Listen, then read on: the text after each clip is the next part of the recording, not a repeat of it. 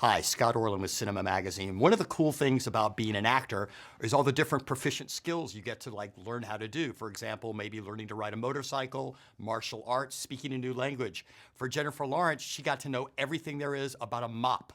Congratulations, Jennifer.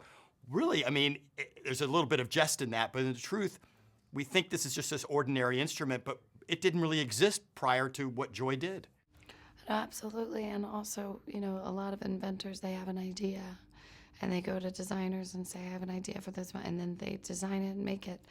Joy grew up in a metal garage, and she not only had the idea, but she designed it, and when we had Miracle Mops on set, I would take them back and if you really look at the design, and it's really, truly incredible what she did.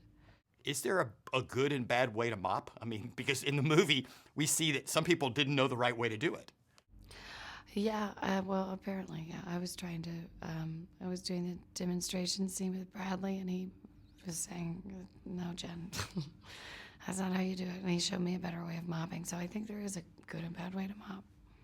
And another interesting aspect of this is, it's the dawn of what we take for granted now, online shopping, QVC, that didn't really exist prior to, before really Joy was starting out. How much are you aware of that world? Have you ever binged and gone online? I've done online shopping. I've never really ordered anything from TV. I've never done the QVC thing, no. And I thought, too, one of the really kind of reaffirming parts of the movie is about a little child dreaming about what is possible when you get older. So I was wondering if we could take you back. How much of where your life is today is what you dreamed as a little girl? None of it. I could never have dreamed up any of this. I was just happy to be acting. A few years ago, I would have never, ever thought any of this could ever happen. So what did 6-year-old Jennifer dream of? What did she want to be when? 6-year-old Jennifer for a long time wanted to be a doctor. This Jennifer still wants to be a doctor. Well, that's wonderful. That's wonderful. Once again, you have teamed up. Back in the 1930s and 40s, there used to be this great ensemble work where directors would work again and again. George Cukor, for example, with some of his actresses. How beneficial is that for you to go back into the David O. Russell School of movies? It's amazing.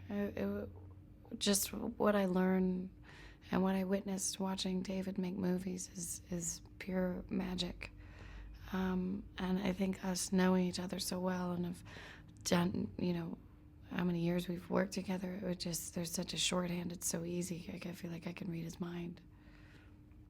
And I really was impressed, too, with the whole generational aspect about how important family is, especially in her life, and trying to keep everything together, and the relationship with her grandmother, because we all have our unique relationships with grandparents. Was there any words of advice that you remember your grandmother or grandparent gave to you that kind of still resonates? Not really. One of my grandmothers died when I was very young, and I moved away from home when I was 14, so I never really had that quality time where I could get good advice. And a question for you, because the title of the movie is Joy, so hopefully I'm not being too abstract here, but what does joy mean to you? That's far too abstract.